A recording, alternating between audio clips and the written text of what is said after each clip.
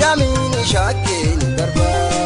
Rooroon hammaatatti boona hinumaa ani jijjiiramu agaasirumaa.